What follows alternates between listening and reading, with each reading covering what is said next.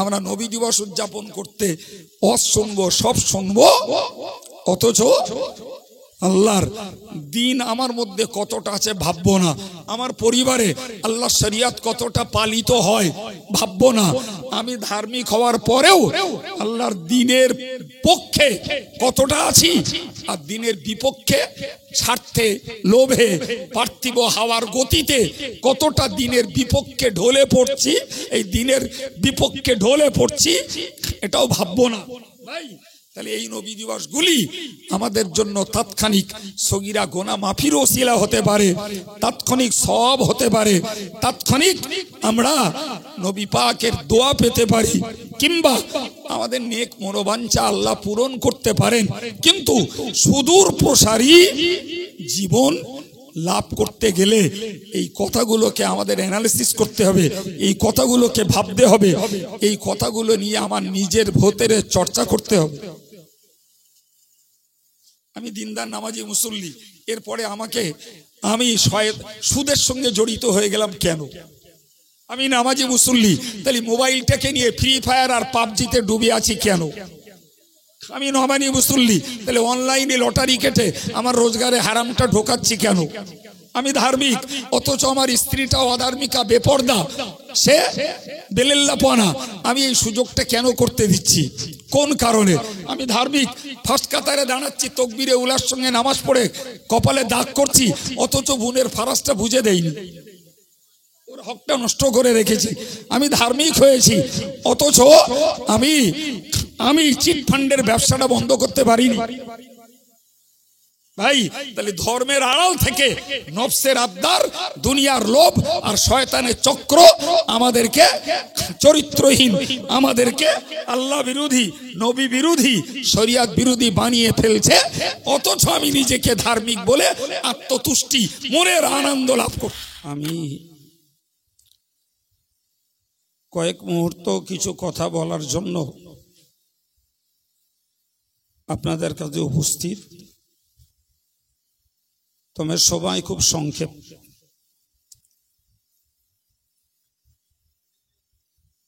তো আমি আমার আলোচনার শুরুতে আপনাদেরকে বলি,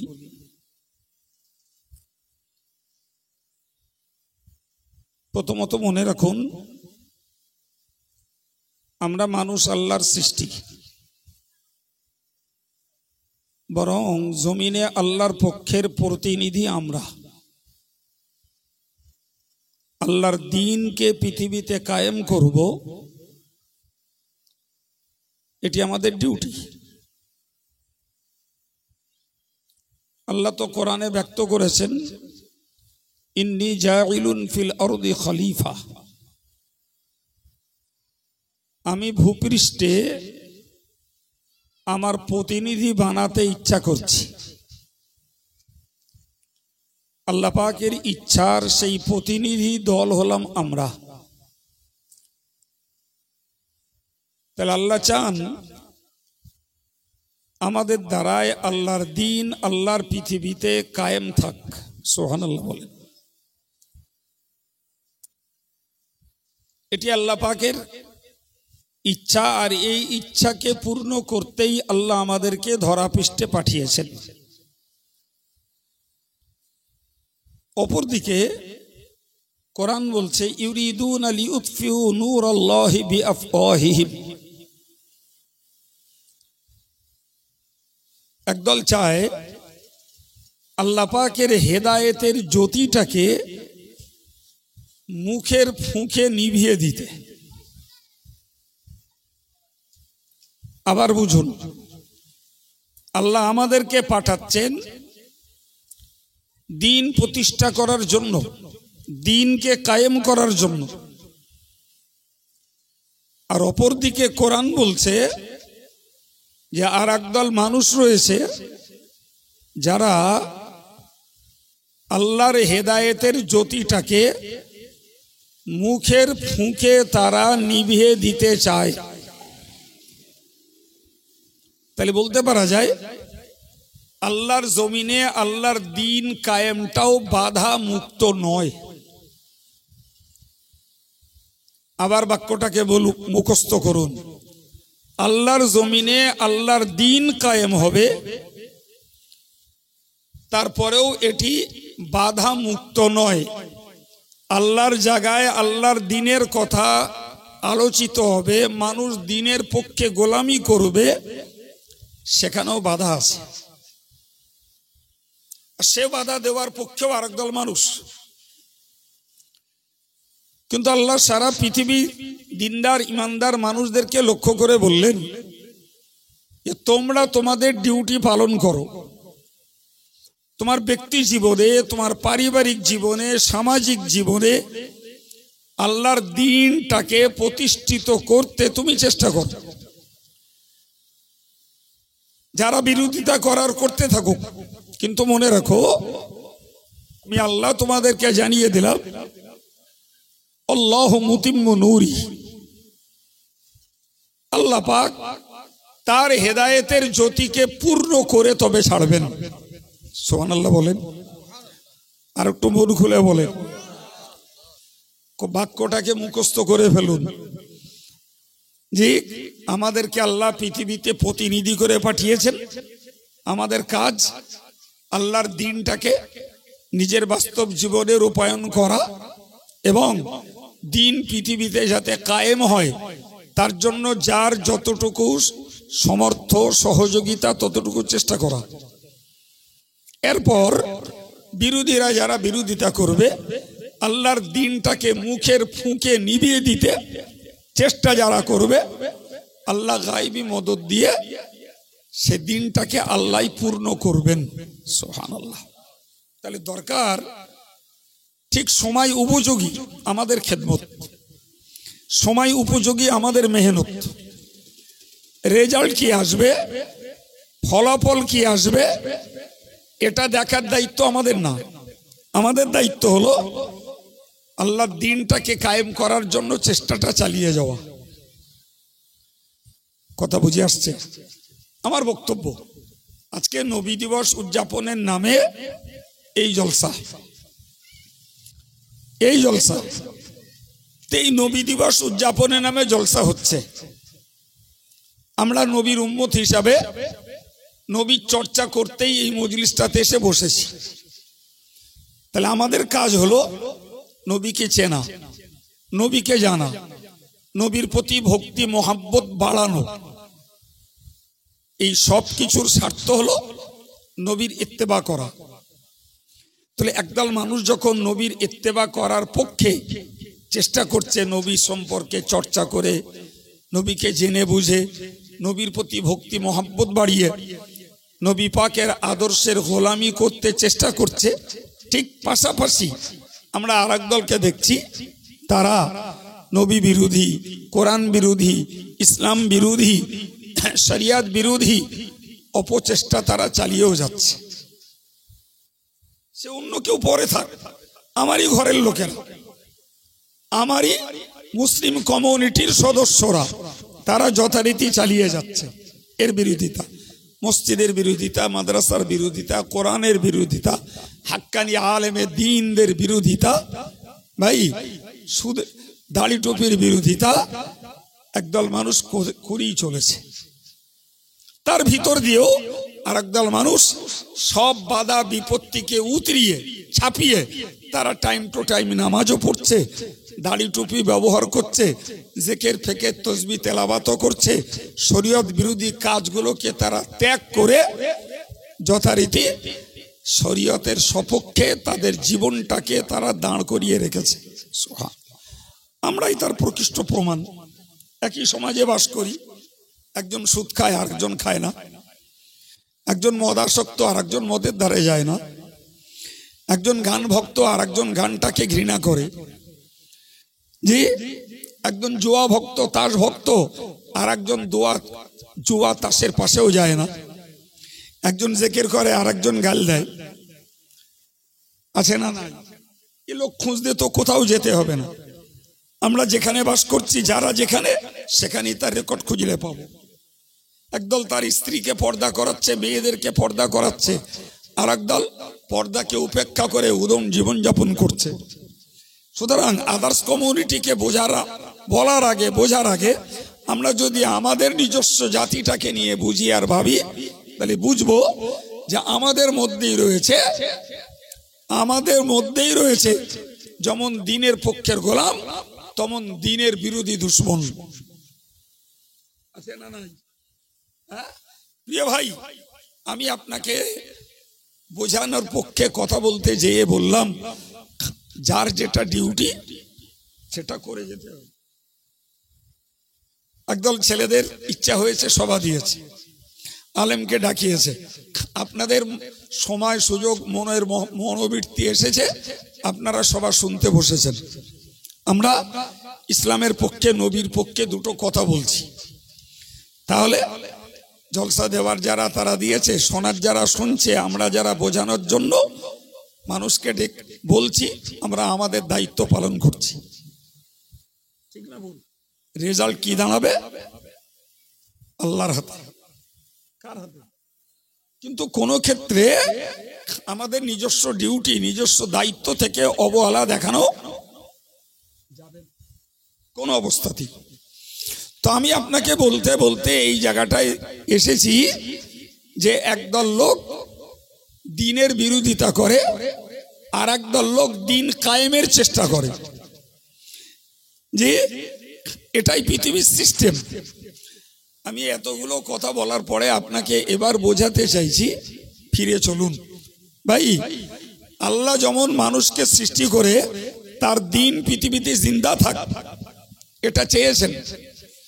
আর এই জিন্দা রাখার জন্য কোরআনে আল্লাহ বলেছেন, ওয়ালাকাদ বাআসনা ফী কুল্লি উম্মাতির রাসূলা, আমি আল্লাহ প্রত্যেকটা জাতির জন্য রসুল পাঠিয়েছি, প্রত্যেকটা জাতির জন্য মাস্টার পাঠিয়েছি, গাইডম্যান পাঠিয়ে দিয়েছি, যাতে করে মানুষের একটা জাত শত্রু গোপন প্রকাশ্যে কাজ করে, নফস আর ইবলিস।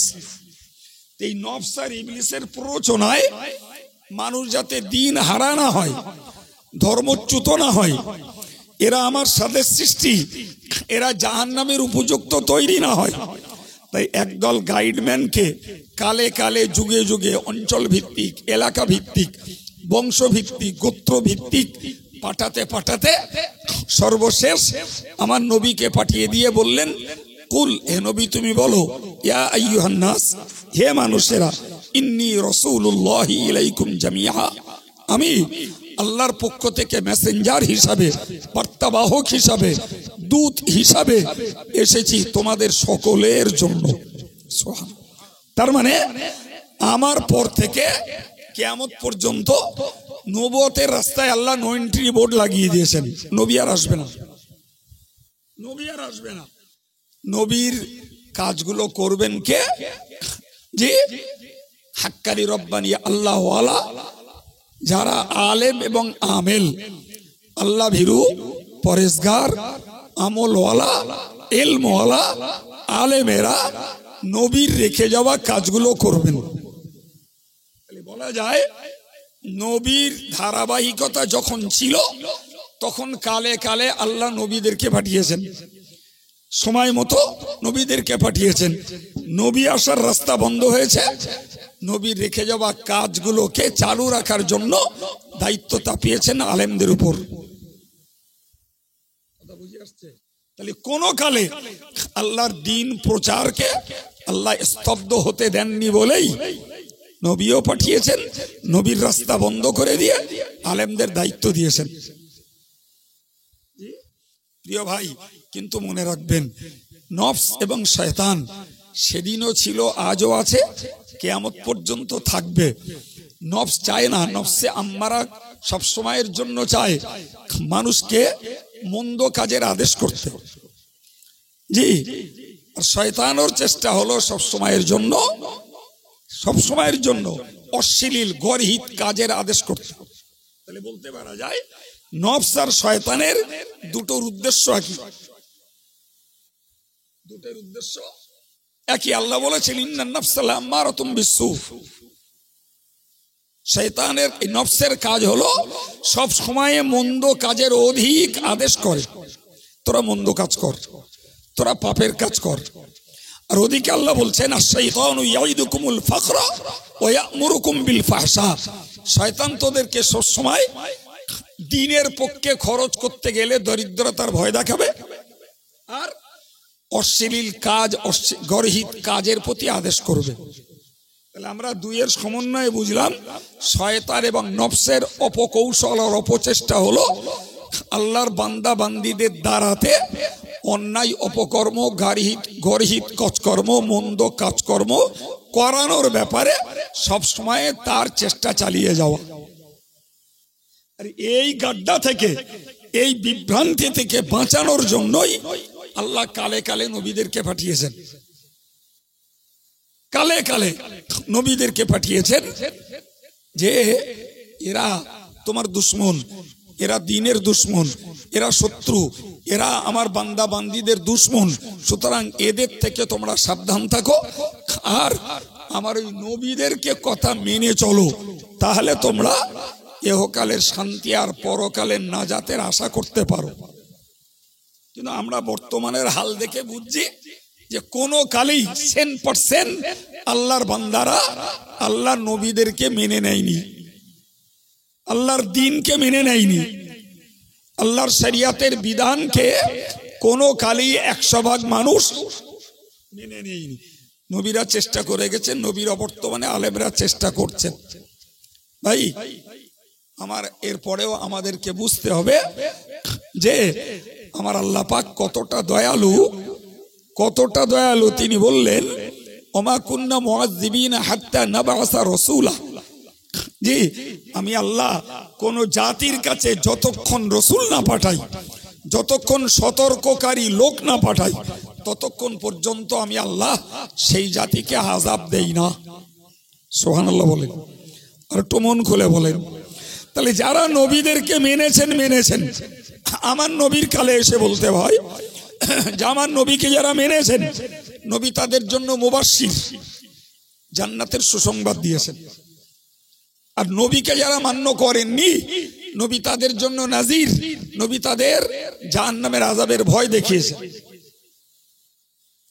কথা বোঝা যাচ্ছে? মেনেছে যারা তাদের জন্য জান্নাতের সুসংবাদ, মানেনি যারা তাদের জন্য জাহান্নামের সাবধান এবং সতর্ক বার্তা শুনিয়ে দিয়েছেন।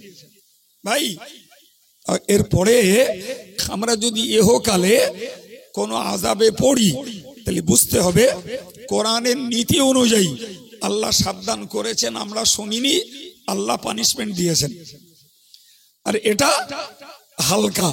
কোরআনে আল্লাহ বলেছেন ওয়ালা নুযিকান্নাহুম মিনাল আযাবিল আদনা দুনাল আযাবিল আকবার, আমি আল্লাহ তোমাদেরকে হালকা শাস্তি চাখাই, বড় শাস্তি ছাড়াই। বড় শাস্তি কবরে, হাসরে, জাহান্নামে।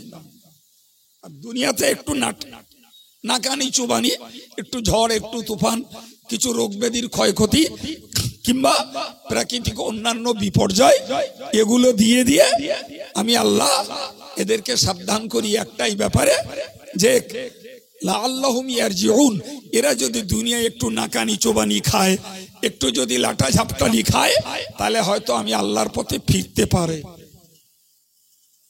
আর নাকানি চোবানি খেয়েও যারা ফেরে না, প্রিয় ভাইরা আমার, তাদের জন্য অপেক্ষা করছে পারলৌকিক আযাব, জাহান্নামের ভয়াবহ শাস্তি।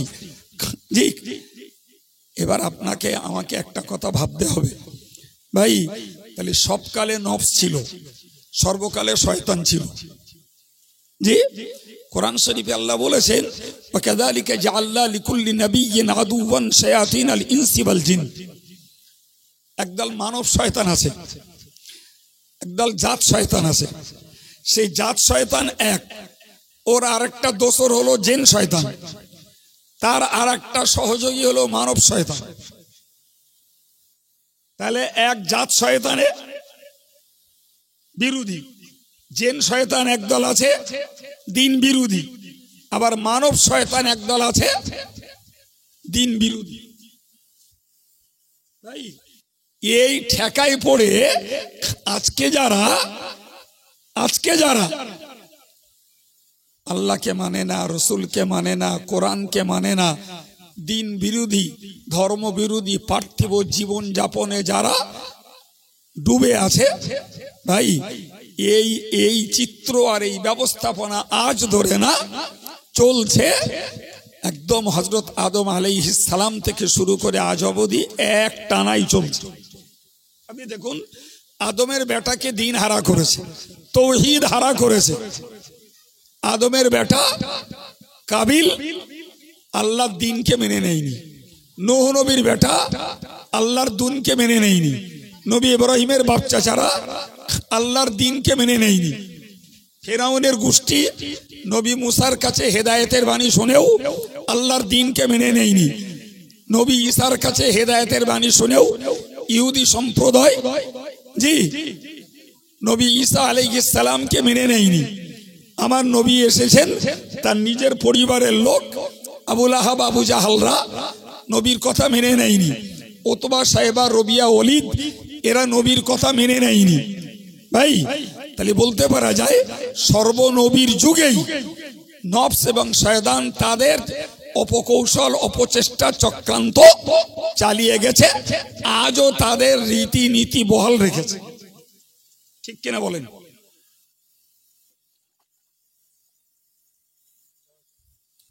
আজও বহাল রেখেছে।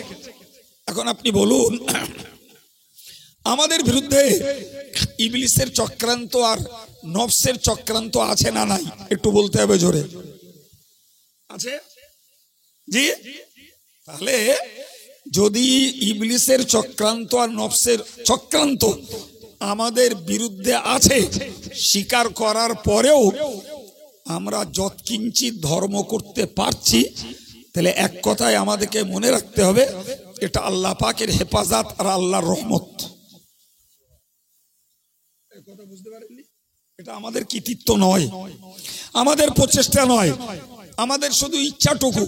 বাকি আমাদেরকে নফসের হাত থেকে ইবলিসের হাত থেকে হেফাজত করে দিনের পথে আল্লাহ আমাদেরকে যতটুকু কায়েম রেখেছেন সেটি ওই আল্লাহর রহমত।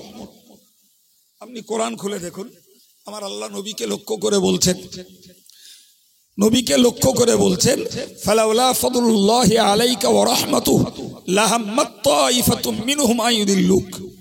বললেন নবী, যদি আমি আল্লাহর করুণা আর আমি আল্লাহর অনুগ্রহ তোমার জন্য যদি না হতো, তাহলে কাফের মুশরিকদের একদল মানব শয়তান তোমাকেও পথভ্রষ্ট করতে তারা ইচ্ছার চেষ্টা করছিল।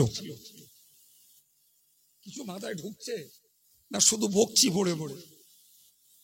জি, আবার বলছি যে আমার রহমত, আমার অনুগ্রহ, আমার করুণা যদি তোমার প্রতি না থাকতো, তাহলে কাফের মুশরিকদের একটা অংশ তারা ইচ্ছা করছিল তোমাকে পথভ্রষ্ট করার জন্য।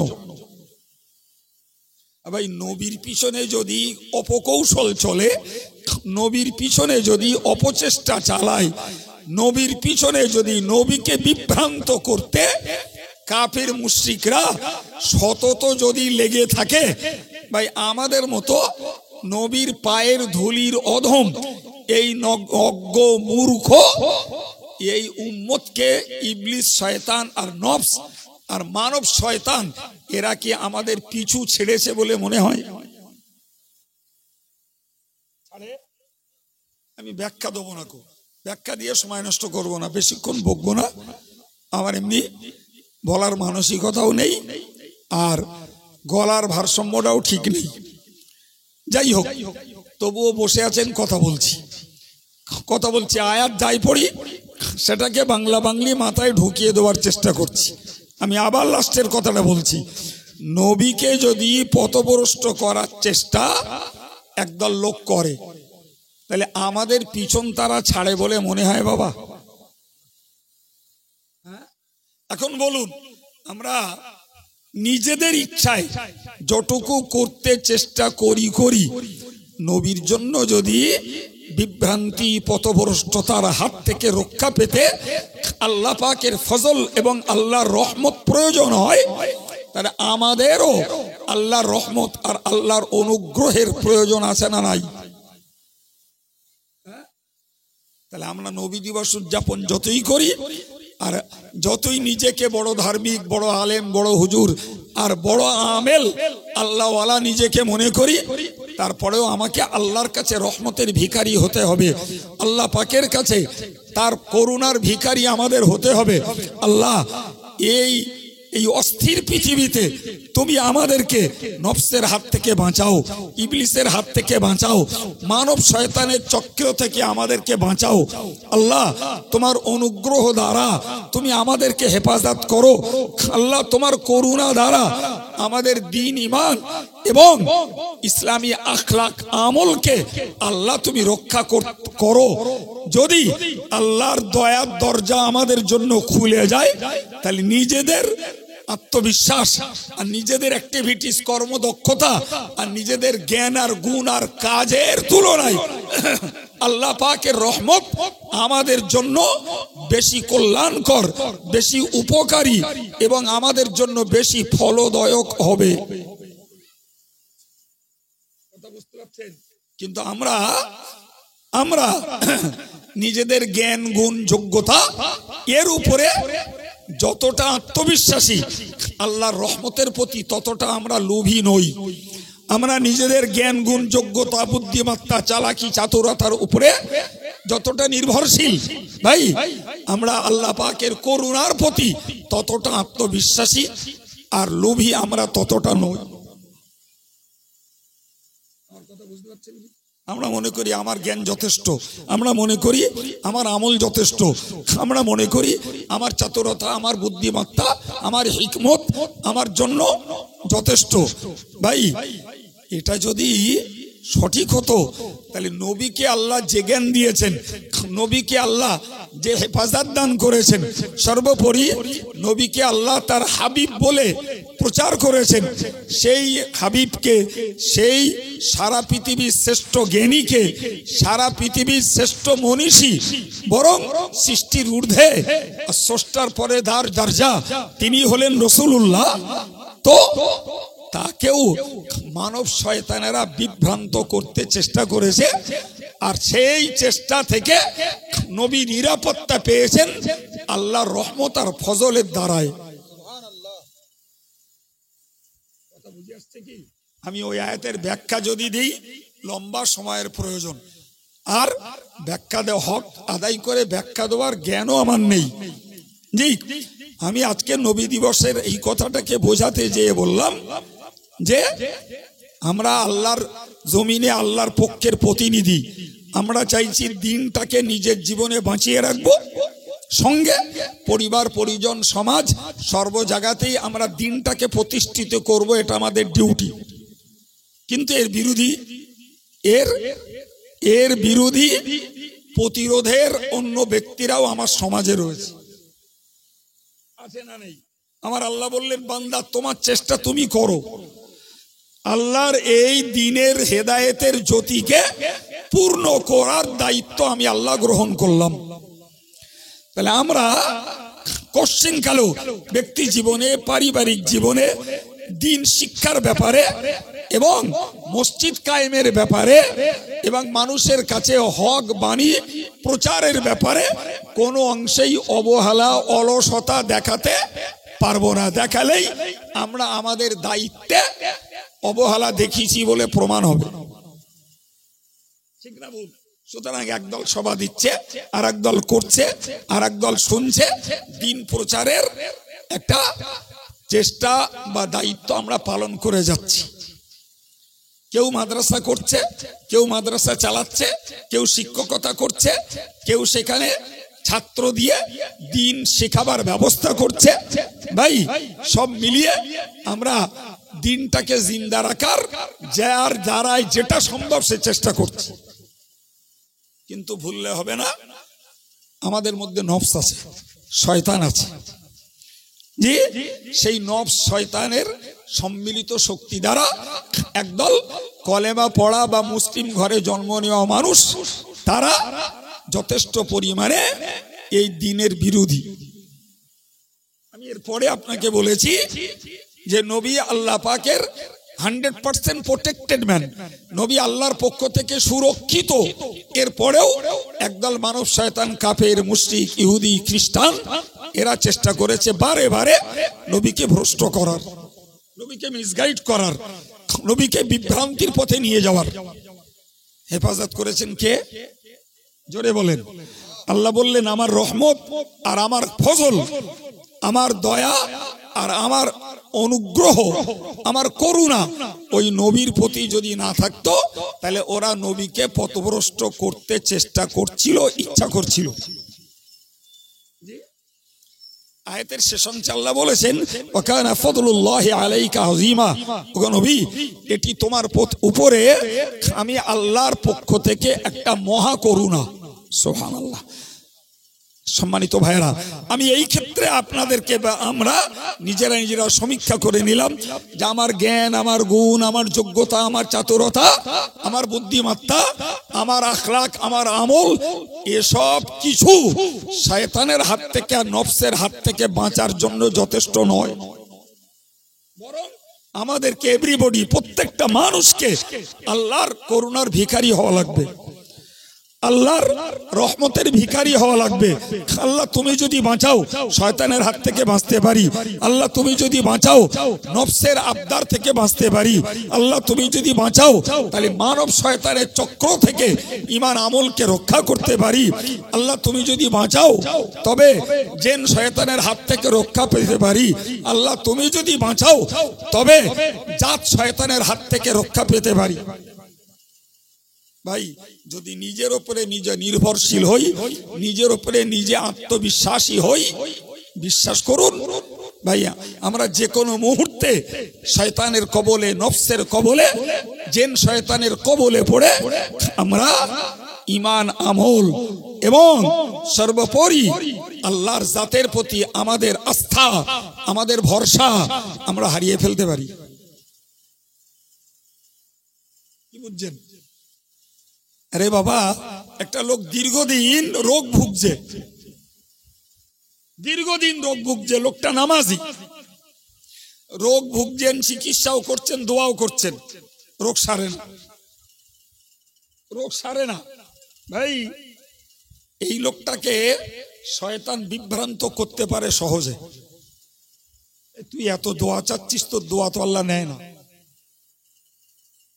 তাহলে তুই যদি সত্যকারের আল্লাহর প্রিয় বান্দা হতিস তাহলে তোর দোয়া আল্লাহ নিত।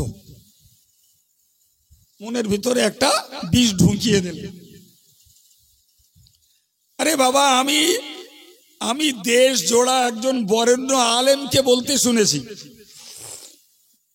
নিজে কানে শুনেছি, আমারে পরিষ্কার বলছে তদবির কালাম কিছু বিশ্বাস করি না। এরকম কথা বলে তো বলছে এতবার তদবির করলাম, একটা তদবির আমার জন্য খাটিনি বলে এক গুচ্ছ তদবির কারকের নাম বললো আমার কাছে। আমি দেখলাম ভদ্রলোক আলেম হওয়ার পরেও ইবলিসের খপ্পরে পড়ে গেছে। আরে তুমি দোয়া করেছো, কবুল করনি, তাই বলে তুমি আল্লাহর রহমত থেকে নিরাশ হবে? ও নীতি তো কাফেরদের।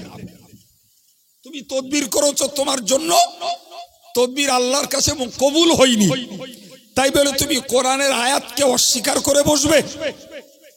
আয়াতের ফজিলতকে, আয়াতের গুরুত্বকে তুমি মূল্যহীন করে দেবে?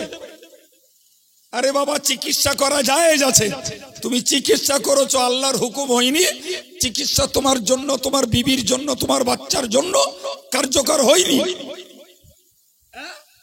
তাই বলে তুমি আল্লাহ পাক তোমার জন্য চিকিৎসা কবুল করেননি বলে তুমি আল্লাহর রহমতের প্রতি অনাস্থা আনবে?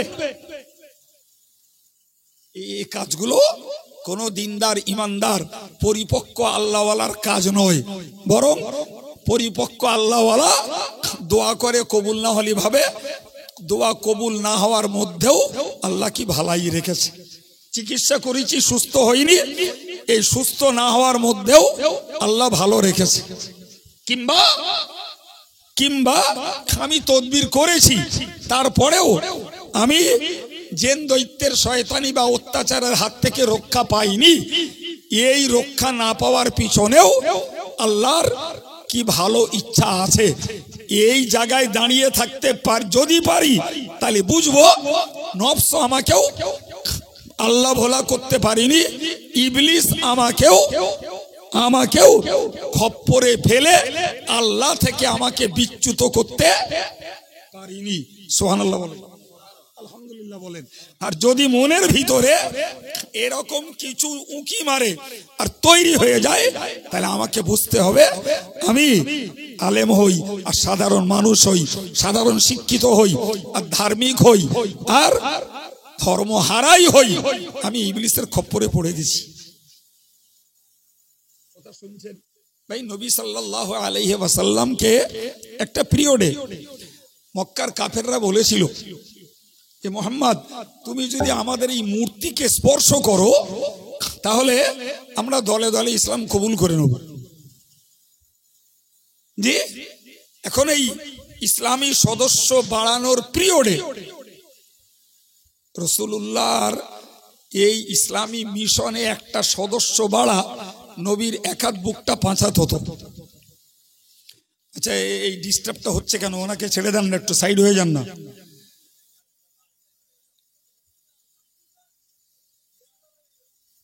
উনি ওইখানটায় দাঁড়িয়ে,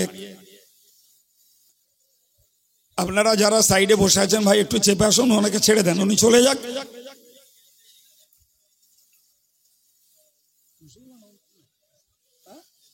মুসলিম ভালো।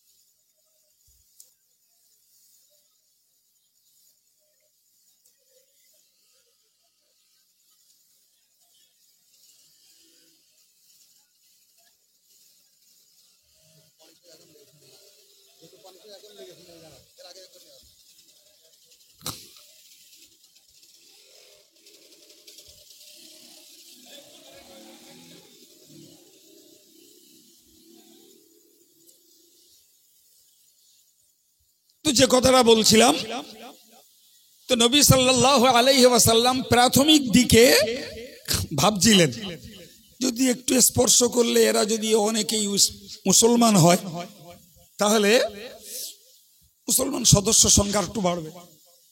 কিন্তু রাসূল সেই মুহূর্তে তাৎক্ষণিক কোনো জবাব না দিয়ে বললেন কালকে বলবো। সারা রাত ভাবলেন, সকালবেলা ওদেরকে বললেন তোমরা ইসলাম কবুল করতে হয় করো, না হলে না হয় না করো, তবে আমি তোমাদের দাবি মেনে নিয়ে মূর্তি স্পর্শ করে ইসলামী সদস্য বাড়াতে রাজি নই। কথাটা কিছু বুঝলেন কি? একটু সুবহানাল্লাহ বলেন। রাসূল তার দৃঢ়তার পরিচয় দিলেন যে তোমরা কলেমা পড়ে মুসলমান হতে হয় হবে, না হলে না হবে, তবে তোমাদের দাবি অনুযায়ী তোমাদের মূর্তিকে স্পর্শ করতে আমি রাজি নই। ভাই পরপরে কোরআনের আয়াত নাজিল হলো, লাউলা আন সাব্বাতনাকা লাকাদ কিত্তা তারকানু ইলাইহিম শাইয়ান কালিলা। বললেন নবী, আমি যদি তোমার কদমকে দৃঢ় না করে দিতাম, আমি যদি তোমার কদমকে মজবুত না করে দিতাম, তাহলে তুমি ওদের দাবির দিকে ঝুঁকে পড়ছিলে। ওদের দাবির দিকে অল্প হলেও ঝুঁকে পড়ছিলে যে একটু যদি ছুঁয়ে দিলে মুসলমান সংখ্যা যদি বাড়ে তাহলে এটার মন্দ কি হবে। কিন্তু আমি তোমার মানসিকতাকে স্থির করে দিলাম, তোমার কদমকে মজবুত করে দিলাম, তোমাকে দৃঢ় করে দিলাম, ফলে লেটেস্ট সর্বশেষ তুমি ওদের দাবিকে মানোনি।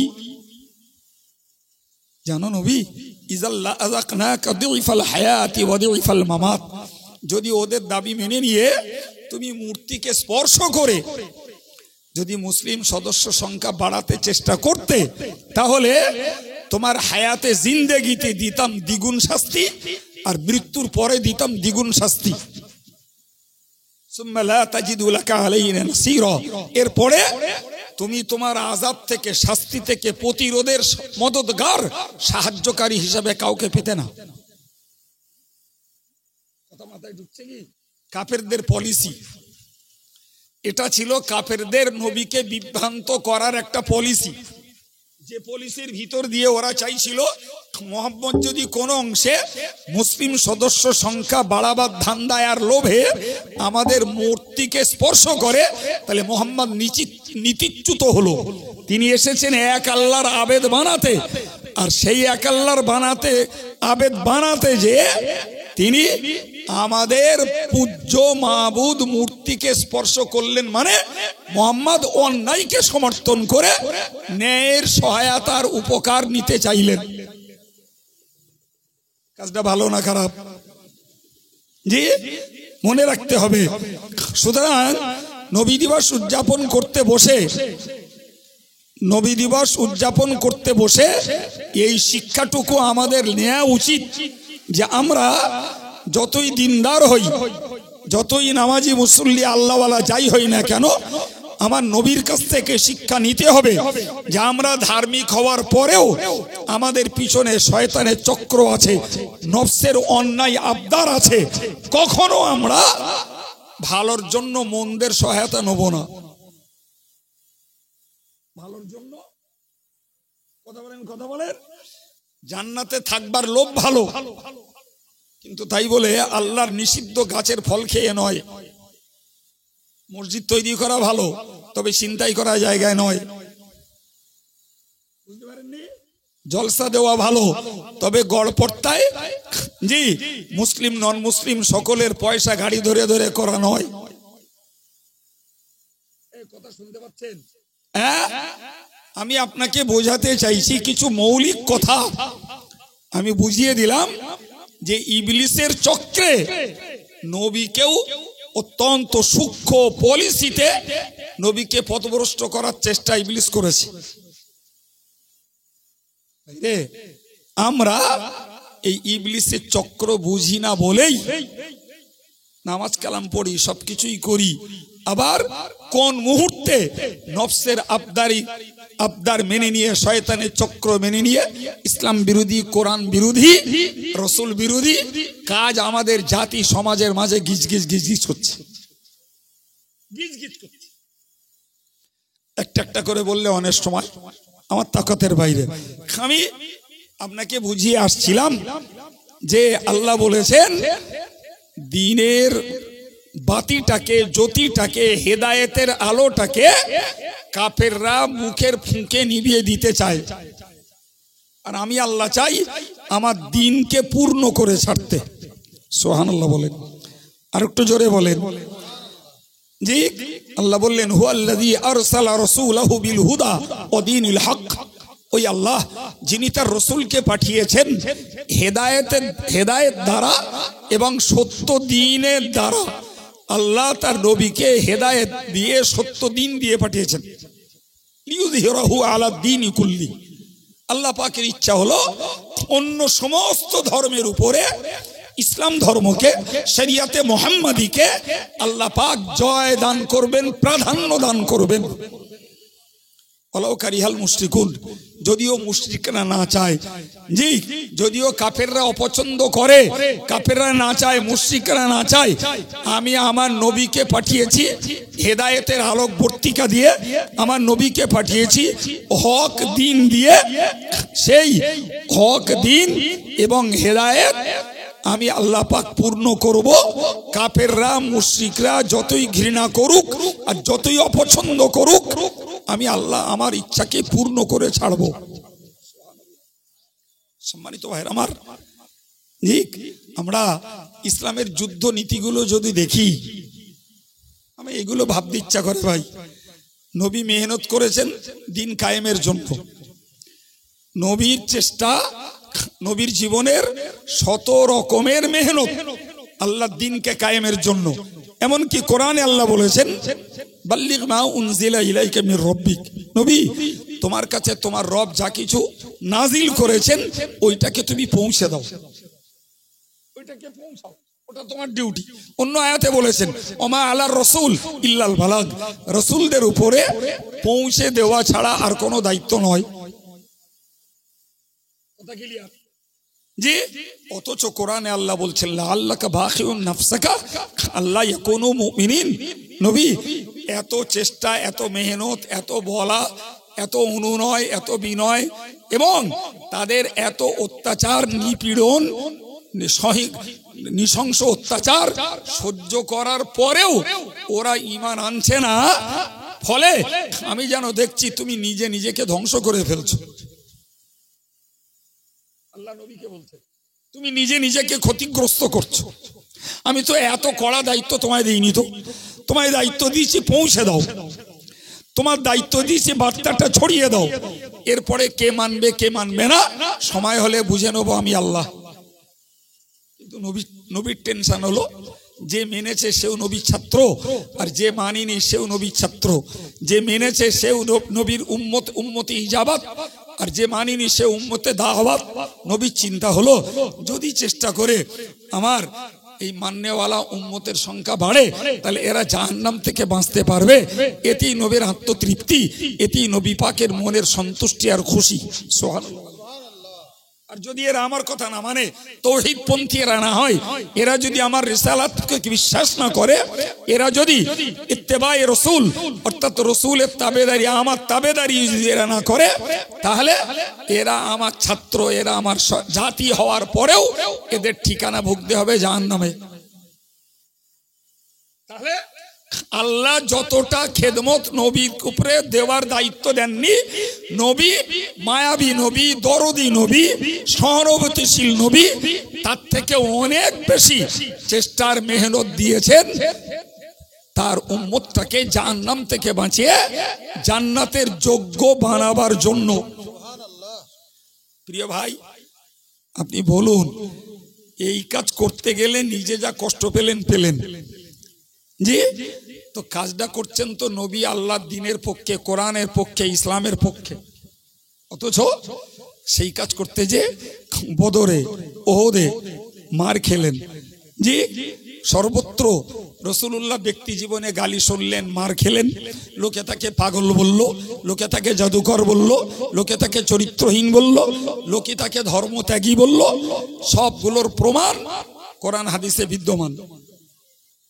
তো নবী যদি ওই কথাগুলো শুনে নিয়ে বলতেন যা তোদেরকে জাহান্নাম থেকে বাঁচানোর জন্য আমার এই চেষ্টা, আর তোরা আমাকে গালি দিচ্ছিস, মারছিস, অত্যাচার করছিস, আমাকে বন্দি রাখছিস, আমাকে হত্যা করার চেষ্টা করছিস, দেশান্তর করার, দেশ থেকে তাড়িয়ে যাওয়ার চেষ্টা করছিস, যা তোরা জাহান্নামে যাবি, যা আমার আর দেখে লাভ নেই।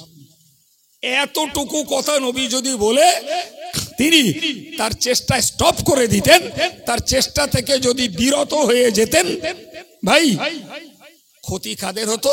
জাতির ক্ষতি হতো, উম্মতের। জাহান্নামের সংখ্যা বেড়ে যেত। নবীর তাতে কি যায় আসে? কিন্তু আমার নবী ধৈর্য হারা হননি, আমার নবী দায়িত্ব ছেড়ে দেননি। আমার নবীর বক্তব্য ছিল তোমরা মারো, তোমরা গালি দাও, তোমরা ভৎসনা করো, তোমরা আমার জানে মারো, তোমরা আমায় পথ অবরোধ করো, আমাকে সমাজ বয়কট করো, আমাকে তোমরা মারার চক্রান্ত করো, দেশ ছাড়ার চক্রান্ত করো, সব মেনে নেবো। এরপরেও আমাদের দাবি কুলু লা ইলাহা ইল্লাল্লাহ, তোমরা বলো আল্লাহ ছাড়া উপাস্য নেই, তোমরা বলো আল্লাহ ছাড়া উপাস্য নেই, আর তোমরা বলো মুহাম্মাদুর রাসূলুল্লাহ, মুহাম্মদ সাল্লাল্লাহু আলাইহি ওয়াসাল্লাম আল্লাহর বার্তাবাহক, আল্লাহর পক্ষের পিয়ন। মুহাম্মদ সাল্লাল্লাহু আলাইহি ওয়াসাল্লাম আল্লাহর বার্তাগুলোকে মানুষের কাছে পৌঁছে দেওয়ার মাধ্যম। এই কথাটা বিশ্বাস করে ওই জায়গায় দাঁড়িয়ে থেকে মরো। আমি রাসূল বলছি মান কানা আখিরু কালামিহি লা ইলাহা ইল্লাল্লাহ ফাদাখালাল জান্নাহ, যার শেষ কথা হবে আল্লাহ ছাড়া উপাস্য নাই আর হযরত মুহাম্মদ তার বার্তাবাহক, আমি রাসূল বলছি সেই ব্যক্তি জান্নাতে প্রবেশ করবে। সুবহানাল্লাহ বলেন।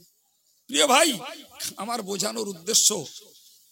বোঝানোর উদ্দেশ্য এটাই, আমার নবী সাল্লাল্লাহু আলাইহি সাল্লাম সবকিছু বরদাস্ত করেছেন, কিন্তু না আল্লাহর কাছে অভিযোগ করেছেন, না নিজে ধৈর্য হারিয়েছেন, না নিজে দিন কায়েমের ব্যাপারে অলসতা করেছেন। আমরা নবী দিবস উদযাপন করতে ওয়াজ শুনবো, সব শুনবো, অথচ আল্লাহর দিন আমার মধ্যে কতটা আছে ভাববো না। আমার পরিবারে আল্লাহর শরিয়ত কতটা পালিত হয় ভাববো না। আমি ধার্মিক হওয়ার পরেও আল্লাহর দিনের পক্ষে কতটা আছি, আর দিনের বিপক্ষে স্বার্থে, লোভে, পার্থিব হাওয়ার গতিতে কতটা দিনের বিপক্ষে ঢলে পড়ছি, এই দিনের বিপক্ষে ঢলে পড়ছি, এটাও ভাববো না ভাই। তাহলে এই নবী দিবসগুলি আমাদের জন্য তাৎক্ষণিক সগীরা গোনা মাফির ওসিলা হতে পারে, তাৎক্ষণিক সওয়াব হতে পারে, তাৎক্ষণিক আমরা নবী পাকের দোয়া পেতে পারি, কিংবা আমাদের নেক মনোবাঞ্ছা আল্লাহ পূরণ করতে পারেন। কিন্তু সুদূর প্রসারী জীবন লাভ করতে গেলে এই কথাগুলোকে আমাদের অ্যানালিসিস করতে হবে, এই কথাগুলোকে ভাবতে হবে, এই কথাগুলো নিয়ে আমার নিজের ভেতরে চর্চা করতে হবে। আমি দিনদার নামাজি মুসল্লি, এরপরে আমি সুদের সঙ্গে জড়িত হয়ে গেলাম কেন? আমি নামাজি মুসল্লি, তাহলে মোবাইলটাকে নিয়ে ফ্রি ফায়ার আর পাবজিতে ডুবে আছি কেন? আমি নামাজি মুসল্লি, তাহলে অনলাইনে লটারি কেটে আমার রোজগারে হারামটা ঢোকাচ্ছি কেন? আমি ধার্মিক, অথচ আমার স্ত্রীটা অধার্মিকা, বেপর্দা, সে বেলেল্লাপনা, আমি এই সুযোগটা কেন করতে দিচ্ছি? কোন কারণে? আমি ধার্মিক, ফার্স্ট কাতারে দাঁড়াচ্ছি, তকবিরে উলার সঙ্গে নামাজ পড়ে কপালে দাগ করছি, অথচ বোনের ফারাজটা বুঝে দেয়নি, ওর হকটা নষ্ট করে রেখেছি। আমি ধার্মিক হয়েছি, অথচ আমি চিট ফান্ডের ব্যবসাটা বন্ধ করতে পারিনি ভাই। তাহলে ধর্মের আড়াল থেকে নফসের আবদার, দুনিয়ার লোভ আর শয়তানের চক্র আমাদেরকে চরিত্রহীন, আমাদেরকে আল্লাহ বিরোধী, নবী বিরোধী, শরিয়ত বিরোধী বানিয়ে ফেলছে। অথচ আমি নিজেকে ধার্মিক বলে আত্মতুষ্টি, মনের আনন্দ লাভ করছি। আমি দাড়িওয়ালা, আমি টুপিওয়ালা, আমি নামাজি, আমি আল্লাহওয়ালা। কথা বলেন? তাহলে আমরা আল্লাহর দ্বীনটাকে যদি নিজের ভিতরে কায়েম না রাখতে পারি, তাহলে নবীর এই জীবন চরিত শোনার পরে আমাদের ফায়দা, উপকারিতা কি হবে? কি হতে পারে ভাই আমার? আমি কথার পৃষ্ঠে কথা বলতে বলতে টুক করে বেড়েছি। আল্লাহ শুকর, আপনাদের আব্বা মার দোয়া, জি, নবীর লাইফের সব রকমের কথা কিছু না কিছু জানি, জি। তাই মায়ের গর্ভস্থ মুজিজার কথা বলুন, নবীর শিশুবেলার ভূমিষ্ঠকালীন মুজিজার কথা বলুন, তার সামাজিক জীবনযাপনের কথা বলুন, কিংবা তার সংসার জীবন, তার বৈবাহিক জীবন, তার দিন প্রচারের জীবন, তার মক্কি জিন্দিগি, তার মাদানী জিন্দিগি, কম বেশি একটু একটু তো জানি, জি। আর যারা আছেন একেবারে যে আমার কাছ থেকে শোনেননি তাও না, কিন্তু আজকে ভিন্ন রকম ভাবে আপনাদেরকে মৌলিক কথাগুলো বোঝাচ্ছি বাবু, যে আমাদেরকে পিছু ছাড়ছে না আমাদের নফস, আমাদের শয়তান। আমরা এক অংশে ধার্মিক, আর এক অংশে অধার্মিক, এক অংশে আল্লাহর, আর এক অংশে ইবলিসের, আমরা এক অংশে রসুলের, আর এক অংশে আমরা পার্থিব নেতা, মন্ত্রী, ক্রিকেটার, ফুটবলার, এদের ভক্ত। অথচ মুখে আমাদের নবী ভক্তির পরিচিতি। প্রিয় ভাই, আমি আপনাকে বোঝাতে চাইলাম যে কতটা কঠিন, যে আল্লাহর দ্বীনের খেদমত করতে আল্লাহ নবীকে পাঠালেন, সেই করতে যে নবীকে যা ভোগ করতে হলো তার বর্ণনা দিয়ে শেষ করা যাবে না। আর অনুভূতি আমরা পাইনি, রসুল যে অনুভূতি পেয়েছেন তা বলে উপলব্ধিও করা যাবে না। তাই ওদের প্রান্তরে হেলমেট ফুটে যাওয়া বলুন, আর তয়েফের প্রান্তরে রসুলের রক্তাক্ত হওয়া বলুন, আর নামাজ পড়তে যে উটের জোলাম পিঠে চাপিয়ে দেওয়া বলুন, আর গলায় রশি পরিয়ে ফাঁস দিয়ে মারার কথা বলুন, নবীকে কাঁকর মারা বলুন, আর নবীকে শিয়াবে আবি তলেব নামক পাহাড়ি ঘাটিতে 3 বছর বন্দি রাখা বলুন, সবগুলো নবী যা বাস্তবে অনুভব করেছেন আমরা শুনি মাত্র, একটু সাময়িকই মনে আফসোস লাগে, কিন্তু নবীর অনুভূতিটা আমাদের নিশ্চয়ই হতে পারে না। কথা বলেন না। কেউ একটা কাউকে চড় বেড়েছে, ইস আহ খুব লেগেছে, ইস আহ খুব লেগেছে, অ্যাকচুয়াল চড় খেয়ে সে যে আঘাত পেয়েছে ওই আঘাত আহ ইস ইতি বোঝা যাবে? বলেন বলেন। জিন্দেগিতে না, জিন্দেগিতে না। আপনারা শুনেছেন যে রাসূলুল্লাহর জীবনের একটা যুদ্ধ ছিল যাকে বলা হয় খন্দকের যুদ্ধ। আমি ছোট্ট সম্পর্কের খাতিরে বলছি, খন্দকের যুদ্ধ। ভাই খন্দক মানে খানা কাটা, গোদা বাংলায় কি বলেছি বলেন? খাল কাটা বা খানা কাটা একটা যুদ্ধ। ইতিহাস অনেক, আমার লম্বা করে বলার ইচ্ছা নয়, সংক্ষিপ্ত আমি জুড়ে দিচ্ছি, শুধু বুঝার দরকার। ভাই রাসূল করিম সাল্লাল্লাহু আলাইহি ওয়াসাল্লাম মদিনায় গিয়ে দেখেছিলেন মদিনায় তিনটি ইহুদি গোষ্ঠী, একটি বনু কুরাইজা, একটি বনু নজির আর একটি বনু কাইনুকা, তিনটি বড় বড় গোষ্ঠী। এর মধ্যে বনু কুরাইজা এবং বনু নজির ইসলামের একটা ঘোরতর দুশমন, ঘোরতর দুশমন। জি, তো রাসূলের সঙ্গে মদিনা চুক্তি তারা ভঙ্গ করার জন্য রাসূলুল্লাহ ওদেরকে মদিনা থেকে তাড়িয়ে দিলেন খয়বার নামক একটা জায়গায়। তো ওইখান থেকে এক বড় নেতা হুয়াই ইবনে আখতাব আর একজন সাল্লাব ইবনে হুকাইক বা হুকাইক, দুজন ওখান থেকে বেরিয়ে পড়লো, বেড়ে মক্কা এলো। মদিনা থেকে খয়বার মদিনার কাছাকাছি একটা জায়গা, এলো মদিনা মক্কায়। মক্কার কাফেরদেরকে ভীষণ ভাবে উৎসাহিত করলো, বিরাট ভাবে। তখন আবু লাহাব, আবু সুফিয়ান খুব চাঙ্গা নেতা। ঘটনাটি কেউ বলেছেন ৪র্থ হিজরির, কেউ বলেছেন ৫ম হিজরির, কেউ বলেছেন জিলকাদ মাসের ঘটনা, কেউ বলেছেন শওয়াল মাসের ঘটনা। যেটাই হোক ও তারিখ ঐতিহাসিক মতভেদ আপন জায়গায় থাক। এই ভদ্রলোক গেল মক্কায়, গিয়ে তাদেরকে উদ্বুদ্ধ করলো যে আমি তোমাদের সর্বশক্তি সর্ববুদ্ধি সব রকমের পলিসি ট্রেনিং দেবো, চলো এই আমাদের একটা সুবর্ণ মুহূর্ত, আমরা মুহাম্মাদের বিরুদ্ধে আর একবার মুহাম্মদকে ধরাশায়ী করার চেষ্টা করি। তাতে আবু সুফিয়ান খুব নেচে উঠল এবং ওইখান থেকে ৪,০০০ সেনা তৈরি করলো।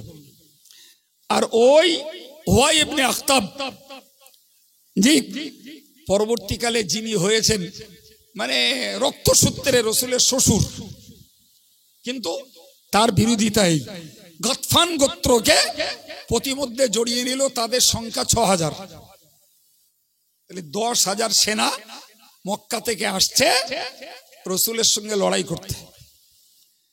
জি, রাসূলুল্লাহ খবরটা পেয়ে সাহাবায়ে কেরামদের কাছে পেশ করলেন যে আমার কাছে খবর আছে বহুজাতিক বাহিনী, অর্থাৎ এক গোষ্ঠী না, এক গোত্রের লোক না, বিভিন্ন গোত্র থেকে লোক চয়েস করে করে নিয়ে একটা বিরাট বহুজাতিক বাহিনী বানানো হয়েছে। তারা আর একবার চেষ্টা করছে ইসলামের আলোটাকে নিভিয়ে দিতে, আমার রাসূলুল্লাহর ইসলাম প্রচারের মিশনটাকে স্তব্ধ করে দিতে এবং মানুষকে দিন থেকে বিচ্যুত করে বেদিনী কায়েম করতে। রাসূল যখন পরামর্শ করলেন, হযরত সালমান ফারসি রাদিয়াল্লাহু আনহু নবীকে একটা মশওয়ারা দিলেন, একটা যুক্তি দিলেন। বললেন, হুজুর, আমি পারস্যের একটা যুদ্ধ নীতি দেখেছি যে ওরা এই নিজের দেশ আর অন্য দেশের মাঝখানে খাল কাটতো, খানা কেটে দিত। শত্রুরা বাইরে থেকে এলে ওরা খানার বাইরে, এরা এদের দেশের অভ্যন্তরে খানার ভিতরে। এই যে দূরত্ব, মাঝখানে ব্যবধান, ওরা আসতে গেলেই খানায় নামতে হবে আর ওইখানেই ওদেরকে শেষ নিঃশ্বাস ত্যাগ করতে হবে উপর থেকে, তার ব্যবস্থা নেওয়া হবে। রাসূলের কাছে যুক্তিটা পছন্দ হলো। রাসূল করিম সাল্লাল্লাহু আলাইহি ওয়াসাল্লাম জি মদিনার সালা পাহাড় থেকে শুরু করে একটা বিস্তীর্ণ এলাকা রাসূল সেনা নিয়ে গেলেন, সাহাবায়ে কেরামদেরকে নিয়ে গেলেন খাল কাটার জন্য।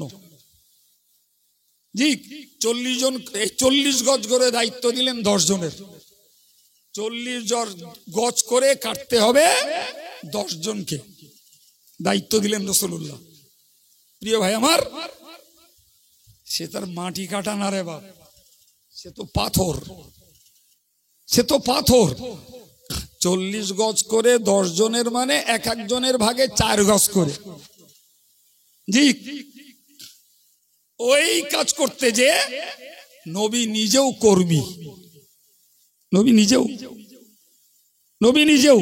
আপনারা একটা বর্ণনা শুনে থাকেন যে নবী ক্ষুধার তাড়নায় পেটে বাঁদর বেঁধেছেন। জি, নবী ক্ষুধার তাড়নায় পেটে পাথর বেঁধেছেন। ভাই, কোন মুহাদ্দিসরা শব্দটাকে হাজার শব্দ, হাজার মানে পাথর।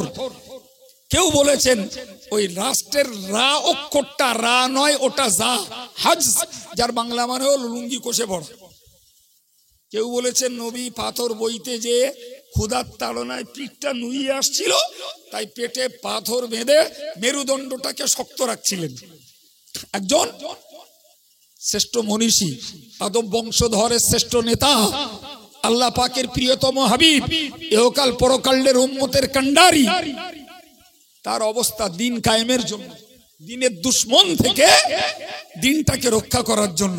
কেউ বলেছেন না পাথর বাঁধা কথাটা ঠিক নয়, রাসূল ক্ষুধার তাড়নায় তার পরনের পরিধীয় বস্ত্রটা খুলছিল, তিনি সেটাকে কষে পড়েছেন, আল্লাহ ভালো জানেন। তবে হাদিসের কিতাবে পেটে পাথর বাঁধার কথা লেখা আছে। ভাই, তো এরকম অবস্থার ভিতর দিয়ে রাসূলকে বলা হলো, হুজুর খন্দকের পাথর তুলতে যে একটা পাথর পড়েছে যা কেউ ভাঙতে পারছে না। রাসূল গেলেন, কোদাল দিয়ে বলুন আর গাইতে দিয়ে বলুন, একটা কোপ মারলেন, পাথরটার একটা অংশ বার হলো। ওই যে কোপ মেরেছে তার থেকে একটা আলো বিচ্ছুরিত হলো। জি, নবী ওই আলোয় দেখতে পেলেন সিরিয়া। কি দেখতে পেয়েছেন? আপনি জীবনেও বারাসাতে যাননি, এখানে একটা টেমি জ্বালান, টেমি জ্বালিয়ে বলুন আমি বারাসাত দেখতে পাচ্ছি, লোকে পাগল 11 দেবে না, দেবে না? বলেন, নবী একটা কোপ মারলেন, পাথরের একটা অংশ ভাঙলো। নবী বললেন আমাকে আল্লাহ সিরিয়া দান করেছেন, তার মানে সিরিয়াতে, যেটা আরবিতে বলে শাম, এই দেশটাও আল্লাহ ইসলামের পথে জয় দান করলেন। ফের আর একটা কোপ মারলেন, রাসূল দেখতে পেলেন ইয়ামানকে। রাসূল সেক্ষেত্রেও বললেন আল্লাহ ইয়ামানটাকেও ইসলামের পক্ষে আল্লাহ যুক্ত করে দিলেন। সুবহানাল্লাহ। তৃতীয় আবার একটা বোর্ড মারলেন, আলো বিচ্ছুরিত হলো, নবী পারস্যকে দেখলেন। রাসূল আল্লাহু আকবার বললেন প্রত্যেকবারে, আর বললেন যে পারস্যটাও আল্লাহ ইসলামের পথে জয়দান করলেন। পরবর্তীকালে দেখা গেল যে রাসূল কারীমের জীবদ্দশায় শাম দেশে ইসলাম পৌঁছে গেছে। পরে আবু বকর, ওমর রাদিয়াল্লাহু আনহুমা, এনাদের সময় পারস্য এবং ইয়ামানে ইসলামের পতাকা উড়েছে। যাই হোক, আমার বলার উদ্দেশ্য সেটা হলো যে কোন বর্ণনা এসছে 15 দিন, কোন বর্ণনা এসছে 14 দিন। ওই খাল কেটে 3000 সেনা নিয়ে রাসূল 15 দিন ওয়েট করেছেন, না খেয়ে না দে, সাহাবীরা না খেয়ে না দে, ওদের দিয়ে 10,000 সেনা নিয়ে কাফেররা হাজির। ভালো করে বুঝুন, এই খাটনি খাটিয়েছেন কে? এই যে নবী সাহাবায়ে কেরামদের নিয়ে পাথর কেটে খাল বানাচ্ছেন, আল্লাহ দেখেননি? নবীর সাহাবীদের খাওয়া হচ্ছে না, আল্লাহ জানেন না? বলেন না জি, এই কষ্ট সাহাবায়ে কেরামদের করতে হচ্ছে, এটা কি আল্লাহর কুদরতের নজরের বাইরে বাপ? তো এপারে খাল কেটে সাহাবায়ে কেরামেরা পাহারাদারিতে ওয়েটিং এ রয়েছে, নবী আছেন একটানা 14 থেকে 15 দিন, কোন বর্ণনা এসছে 1 মাস ব্যাপী। ভাই, আর ওপারে কাফেরদের সেনারা ওপারটায় বহুজাতিক বাহিনী, 10,000 তাদের সৈন্য সংখ্যা। আল্লাহ বললেন ইয়া আইয়ুহাল্লাযীনা আমানু যকুরু নি'মাতাল্লাহি আলাইকুম, হে ঈমানদারেরা তোমরা স্মরণ করো আল্লাহর নিয়ামতকে। ইজজাতকুম জুনুদুন, ফারসালনা আলাইহিম রিহা ওয়া জুনুদুল লাম তারাওহা। সুবহানাল্লাহ। আল্লাহ বললেন যে কাফেরদের বহুজাতিক বাহিনী তোমাদেরকে যখন নিঃশেষ করতে, তোমাদেরকে ক্ষতি করতে, তোমাদেরকে পরাজিত করতে খন্দকের যুদ্ধে তারা এলো, আমি আল্লাহ পাঠিয়ে দিলাম ঝোড়ো হাওয়া। কি দিলেন? ঝোড়ো হাওয়া। আর দিলেন এমন সেনা, যে সেনাগুলোকে মানুষেরা দেখতে পাচ্ছিল না। এই সেনা হলো ফেরেশতা। এই সেনা কি? ফেরেশতা। প্রিয় ভাই আমার, এই যে আল্লাহ পাক কোরআন শরীফে বর্ণনা দিলেন, শর্ট বর্ণনা কি? রাসূল সাহাবায়ে কেরামদের নিয়ে খাল কাটলেন, অধিক মেহনত করে, না খেয়ে না দিয়ে তৃষ্ণায় খাল কাটলেন কাফেরদের অত্যাচার আর আক্রমণকে প্রতিরোধ করার জন্য। সেখানে নবী পেটে পাথর বাঁধলেন, সাহাবায়ে কেরামরা ক্ষুধার্ত অভুক্ত থাকলেন। এই অবস্থার সব আল্লাহ দেখলেন। কিন্তু মুশরিকরা যখন এলো যে 10,000 সৈন্য নিয়ে, আর এধারে 3,000, তার মানে 1:3, মুসলমানরা একজন তো কাফেররা 3 জন, ওদেরকে লেজ গুটিয়ে মক্কায় পাঠিয়ে দেওয়ার জন্য আল্লাহ দিলেন ঝোড়ো ঠান্ডা হাওয়া, আর দিলেন অশরীরী অদৃশ্যের ফেরেশতা সৈন্য। আর একটু জোরে বলেন, আর একটু জোরে বলেন। ভাই, এই রহস্যগুলো বুঝতে হবে। আল্লাহ যদি আগে থেকে, ওরা যখন মক্কা থেকে বার হচ্ছিল তখনও তো আল্লাহ ঝড় ঝঞ্ঝা দিয়ে ওদেরকে কাবু করে দিতে পারতেন, ফেরেশতা দিয়ে তখনই আল্লাহ ওদের গতিরোধ প্রতিরোধ করে দিতে পারতেন। জি, তখনই আল্লাহ ওদের প্যারালাইজ দিয়ে, অন্ধ করে দিয়ে, ওদের হাত পায়ে ল্যাংড়ামি দিয়ে আল্লাহ ওদের বন্ধ করে দিতে পারতেন। কিচ্ছু না। তারা শক্তি নিয়ে, অস্ত্র নিয়ে মদিনার উপকণ্ঠে জি গিয়ে পৌঁছালো। এধারে মুসলমানরা তৈরি, ওধারে কাফেররা তৈরি। মুসলমানদের সাজ সরঞ্জাম কম, নেতৃত্ব নবীর, খাওয়া নেই পেটে, পকেটে পয়সা নেই। জি, ওদের সবকিছু আছে। এখানে আসার পর এবার শুরু হলো আল্লাহর নিয়ামতের খেলা। জি, যখন 1 মাস ব্যাপী ঝড়ের তাণ্ডব শুরু হলো, আবু সুফিয়ান, সাল্লাব ইবনে হুকাইক, সেই সঙ্গে ওয়াই ইবনে আক্তাব, আরো তাবড় কাফেরদের বড় বড় বীর যোদ্ধা পালোয়ানরা লেজ গুটিয়ে জি মাল সামান ফেলে রেখে মক্কা অভিমুখে ছুটলো। লড়াইয়ের দরকার নেই, জীবনটা বাঁচুক, এক ঝড়েই শেষ। দিলকে আর একটু জোরে বলেন। ওপারে যখন ঝড়ের তাণ্ডব চলছে, এপারের মুসলমানরা আরামসে মজা করে করে দেখছে। সুবহানাল্লাহ বলেন, আর একটু জোরে বলেন। তাহলে এপারেরদের হেফাজত আর ওপারেরদের নাস্তানাবুদ, এই একই জায়গার একটু ব্যবধানে এই খেলা কার? মুসলমান, আমাদেরকে মনে রাখতে হবে, আমরা আল্লাহকে বাদ দিয়ে, কোরআনকে বাদ দিয়ে, নবীকে বাদ দিয়ে, দ্বীনকে বাদ দিয়ে কোন অংশেই নিজেদের জ্ঞান, বুদ্ধি, চেতনা আর নিজেদের বুদ্ধিমত্তা, নিজেদের চাতুরতা কোনো কিছুর উপরে নির্ভর করে না পারবো ধর্মপথে দাঁড়িয়ে থাকতে, না পারবো পার্থিব জীবন যাত্রায় সম্মান বাঁচাতে। বরং আল্লাহ যতটুকু জ্ঞান, বুদ্ধি, হিকমত যা কিছু দিয়েছেন, নিজের জীবনের দিন কায়েম রাখতে আল্লাহ সাহায্য চাইব। আমার পরিবারটাতে নবীর রেখে যাওয়া এই জিন্দা দিনটাকে আমার পরিবারে আমি ফুটিয়ে তুলতে চেষ্টা করব। সমাজ জীবনে, বন্ধুত্বের জীবনে, রাজনৈতিক জীবনে, সামাজিক জীবনে, অর্থনৈতিক জীবনে আমরা দিনটাকে রক্ষা করি, বাকি কাজগুলো করব। এই একটা নিয়ত যদি করতে পারি, নবী দিবস আমাদের জন্য নাজাতের ওসিলা হবে। এখান থেকে শিক্ষা নিতে হবে, অক্সিজেন নিতে হবে, এখান থেকে আমাদের কিছু উৎসাহ নিতে হবে। কিন্তু আমি মাঝে মধ্যে বলি, আজকেও বলে ফেলছি, ভাইরে, আমরা আল্লাহরে পাই একটু মসজিদে এলি, আর এরম ঈদগায় গেলি, আর হজের মজলিসে বসলি, আল্লাহর পাই। তার মানে আল্লাহকে ডাকতে একটু মন হয়, ইমাম সাহেব বলে, মঞ্চের বক্তা বলে, কি একটা অনুষ্ঠানে গেলে হুজুররা বলে, কিংবা মসজিদে গিয়ে নামাজ কালাম পড়ি, তখন আল্লাহর কথা একটু মনে ওঠে। এরপরে আমাদের ব্যবসা করতে গেলে আর আল্লাহর কথা মন থাকে না, রাজনীতি করতে গেলে আর আল্লাহর কথা নবীর কথা আর মনে থাকে না, চিটিংবাজি করতে গেলে তখন আল্লাহ নবীর কথা মনে থাকে না, ছেলে মেয়ে বিয়ে দিতে গেলে তখন আল্লাহ নবীর কথা আর মনে থাকে না। জি ভাই, দেশে যখন ভোট আসে তখন আল্লাহ রসুলের কথা একটাও আর মাথায় থাকে না।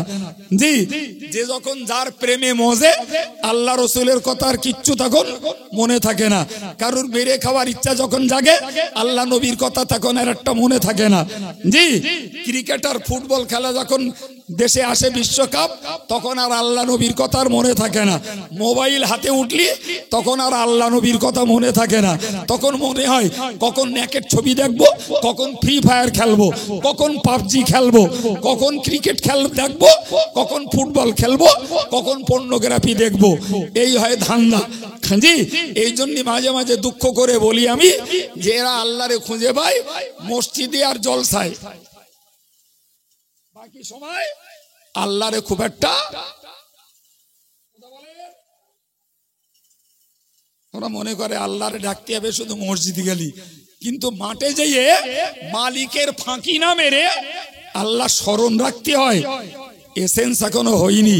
সারাদিন কাজ করে এসে জি বউ জানে কিংবা বাইরের লোক জানে, যেই জানে আর না জানে এসার নামাজ না পড়ে শোবো না, এ বুঝতে হয়নি। জি, লোকের বললুম বাড়ি গিয়ে নামাজ পড়বান, আর বোর বলে দিলুম ওখান থেকে পড়ে আইসি, মাঝখানে নামাজ আউট। আমি গল্প বলছি মনে হচ্ছে? গল্প বলছি না ভাই, গল্প বলছি না প্রিয় ভাই আমার। সুতরাং যদি আমরা কিছু জায়গায় আল্লাহরে খুঁজে পাই, নবীরে খুঁজে পাই, কোরআনকে মানার দাবিদার হই, আর বাকি ম্যাক্সিমাম জায়গায় আল্লাহরে ভুলে যাই, নবীর ভুলে যাই, কোরআনী বিধানকে উড়িয়ে জীবনযাপন করি, ভাই বিশ্বাস করুন আমাদের দ্বারা নিজের জীবনের দিনটাই বেঁচে থাকছে না। তাহলে অন্যের মাঝে আমরা দিন প্রতিষ্ঠা করব কি করে? কি করে করব? যে নবী মার খেয়ে দাঁত ভেঙে মাথায় হেলমেট ফুটে রক্তাক্ত হয়ে আর নিজে পাথর কেটে আর পাথর মাথায় করে বেয়ে খাল কেটে শত্রুর মোকাবেলা করে দিন ইসলাম আর মুসলিমকে হেফাজতের জন্য খেদমত করেছেন। আল্লাহ সব দেখা শোনার পরেও নবী আর সাহাবা কেরামদেরকে নিয়ে এই খেদমত খাটিয়ে নিয়েছেন, আবার শত্রুদেরকে আল্লাহ পরাজিত করে দিয়েছেন। সুবহানাল্লাহ। ভাই তাহলে আমাদেরকে মনে রাখতে হবে, বাবা শুধু নামাজ পড়ো, রোজা রাখো, হজ করো, যাকাত দাও, জিকির করো, তসবিহ পড়ো, সদকা দাও, ফিতরা দাও, কোরবানি করো, বাপ মার সেবা করো, বড়কে সম্মান করো, ছোটকে স্নেহ করো, এগুলো শুধু করো দলে করো করো করো করো। ভাই আমি দম ভরে এগুলো করে দিলাম, আপনি লিখে নেন, আমি স্ট্যাম্প লাগিয়ে দেবো। আপনি একটাও করণীয় কাজ বাদ দেননি, তারপরেও আপনি পারফেক্ট একদম রিলিজিয়াস পূর্ণ ধার্মিক আপনি নন। এগুলোর ক্ষেত্রে যেমন আপনার জীবনে করণীয় রেকর্ড দেখাতে হবে, পাশে আর একটা সাইডে জি শিরক করতে পারবেন না, সুদ খেতে পারবেন না, গান শুনতে পারবেন না, মদ খেতে পারবেন না, জুয়া খেলতে পারবেন না, নারী বেপরদায় ঘুরতে পারবে না, গালিগালাজ করতে পারবে না, তাস খেলতে পারবেন না, জেনা ব্যভিচার করতে পারা যাবে না, জি শরিয়াত বিরোধী খেলা করা চলবে না, ভাই চিত্তবিনোদন চলবে না, চিটফান্ডের ব্যবসা চলবে না, অন্যের হক নষ্ট, এগুলো সব নার দলে, এগুলো করার দলে আর ওগুলো না করার দলে।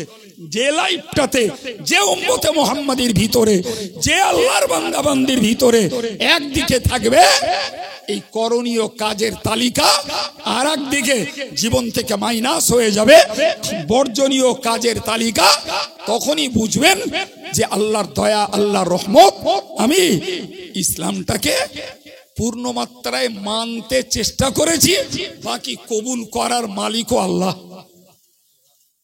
ভাবি হবে না আমি আদেশ পালন করেছি, নিষেধ ছেড়ে দিয়েছি, মানে আমি একদম জাহান্নাম থেকে পার হয়ে জান্নাতে যেয়ে পৌঁছে গেছি নেভার।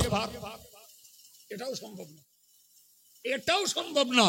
এরপরেও আমাকে আল্লাহ পাকের অনুগ্রহের পূর্ণ প্রত্যাশী, আল্লাহর করুণার পূর্ণ কাঙাল হতে হবে। আর একটা কথা ফের ঘুরিয়ে বলতে হবে, আল্লাহ যা করেছি তুমি যদি ভুল ধরো কিছুই ঠিক বলে পাওয়া যাবে না। আল্লাহ তুমি যদি রহমত করে দয়া করে ভুলের ঊর্ধ্বে আমার মেহনত, আমার খিদমত, আমার ইবাদত আমলকে কবুল করো, তাহলে আমার নাজাত হতে পারে। ফলে তোমার রহমতটাই হলো আমার নাজাতের একমাত্র বুনিয়াদ। আমি যেগুলো করেছি এগুলো আমার দায়িত্ব পালন করেছি। নবী সুলাইমান বলতেন আল্লাহ তোমার কাছে সাহায্য চাইছি, ওয়াদখিলনি বিরহমাতিকা ফি ইবাদিকাস সলিহিন। আল্লাহু আকবার। ওয়াদখিলনি বিরহমাতিকা ফি ইবাদিকাস সলিহিন। একজন নবী আবার বাদশা, আল্লাহ নিয়ামত প্রাপ্ত বান্দা। প্রচুর পরিমাণে আল্লাহ পাক নবী দাউদ, নবী সুলাইমানকে অনেকগুলো করুণা দান করেছেন, শ্রেষ্ঠত্ব দান করেছেন, ইবাদত আমলে ঘাটতি নাই ভাই। এরপরেও নবী সুলাইমান আল্লাহকে বলতেন আনুশকুরলি, নবী সুলাইমান আউজিনি আনাশকুরা, আল্লাহ আপনি আমাকে ক্ষমতা দিন। কিসের? আমি যখন শুকরিয়া আদায় করতে পারি, নি'মাতাকাল্লাতী আনআমতা আলাইয়া ওয়া আলা ওয়ালিদাইয়া। আল্লাহ আপনি আমার উপরে আর আমার আব্বা মায়ের উপরে আপনি যে নিয়ামত দান করেছেন, আপনি আমায় ক্ষমতা দিন, আমি যেন আপনার নিয়ামতের শুকরিয়া কৃতজ্ঞতাটা প্রকাশ করতে পারি। এরপরে বললেন ওয়ান আমালা সলিহান তারদাহ। মারাত্মক কথা, আল্লাহ আপনি আমাকে এমন আমল করতে দিন যাতে আপনি সন্তুষ্ট। ভাইরে আমি মাঝে মধ্যে বলি জি, লোকে মৌলানা বলে, মুফতি সাহেব বলে, কত রকমের সুনামের কথা বলে, ভাই সব কিছু ভালো লাগবে যদি আল্লাহ কবুল করে। আল্লাহ যদি কবুল না করে, সব সম্মান, সব খেদমত, সব মেহনত, সমস্ত রকমের ইবাদত আমলের সাধ্য সাধনা সবকিছু পণ্ড হবে। আমারও হতে পারে, আমার শ্রোতাদের হতে পারে, পীর সাহেবের হতে পারে, পীরজাদার হতে পারে, আমির সাহেবের হতে পারে, মোবাল্লিক সাহেবের হতে পারে। আল্লাহ যদি পাকড়াও করবেন মনে করেন, রেহাই পাওয়ার জায়গা নাই। নবী সুলাইমানের মতো মানুষ আল্লাহকে বলছেন ওয়ান আমালা সলিহান তারদাহ, এ আল্লাহ আমি আপনার কাছে কামনা করছি এমন নেক আমল, আল্লাহ আপনি যাতে সন্তুষ্ট ওই রকম আমল আমায় করতে দেন। আল্লাহ সুবহানাল্লাহ বলেন। ও বাবা, জীবনে কদিন বলেছেন একটু মনে করে দেখেন দিন। আমরাও তো আমল কিছু করি, জীবনে কদিন বলেছেন যে আল্লাহ আপনি এমন আমল আমায় করতে দেন, এমন কাজ আল্লাহ আমার দিয়ে করিয়ে নেন যে কাজে আপনি খুশি হবেন। মনে করে দেখুন দিন, একদিনও বলা পড়েছে কি? নবী সুলাইমান ওই রকম কথাটা বলে কি ভুল করলেন নাকি? কথা বলেন, এবার ভুল করলেন?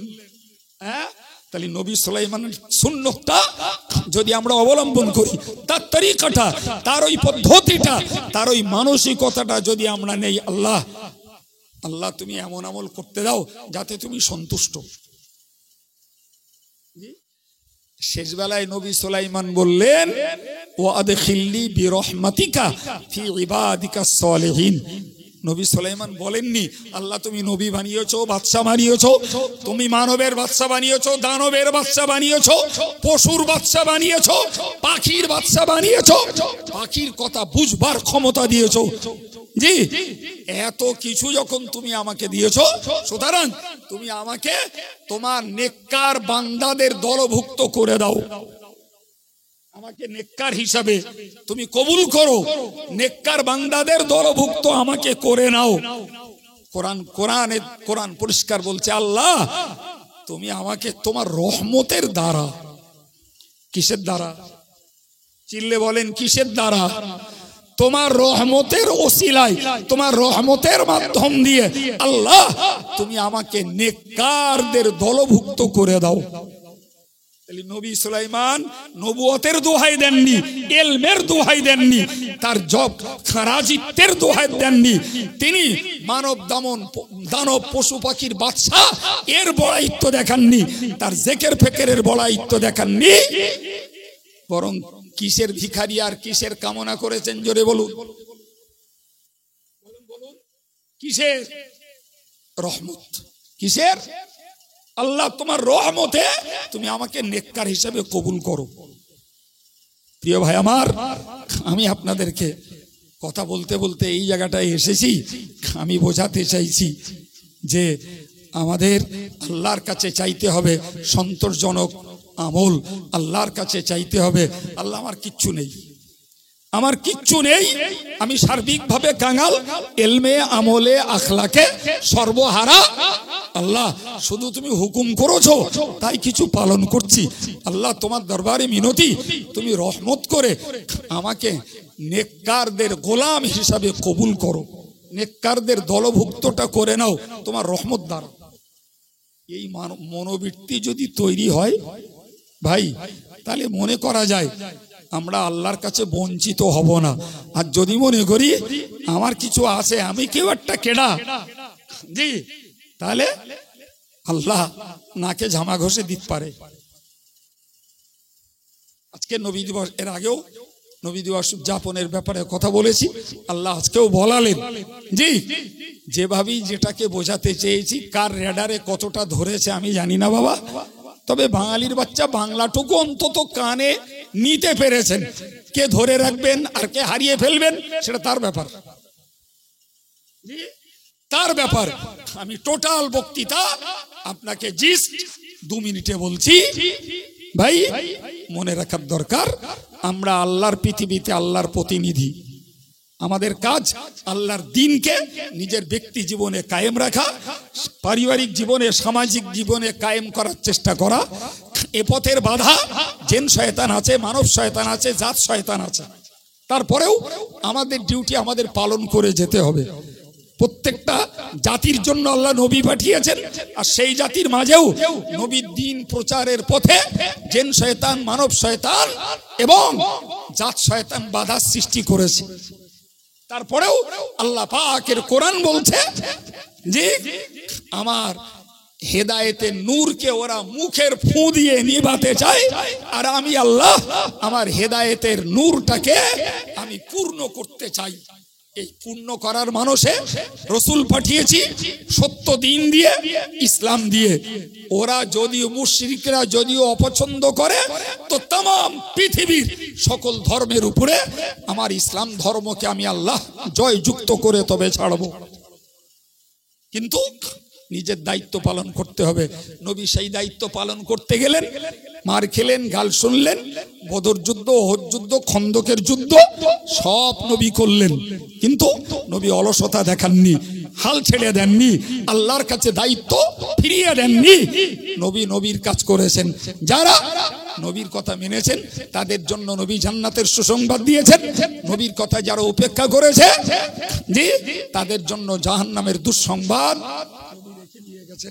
আমাদেরকে মনে রাখতে হবে।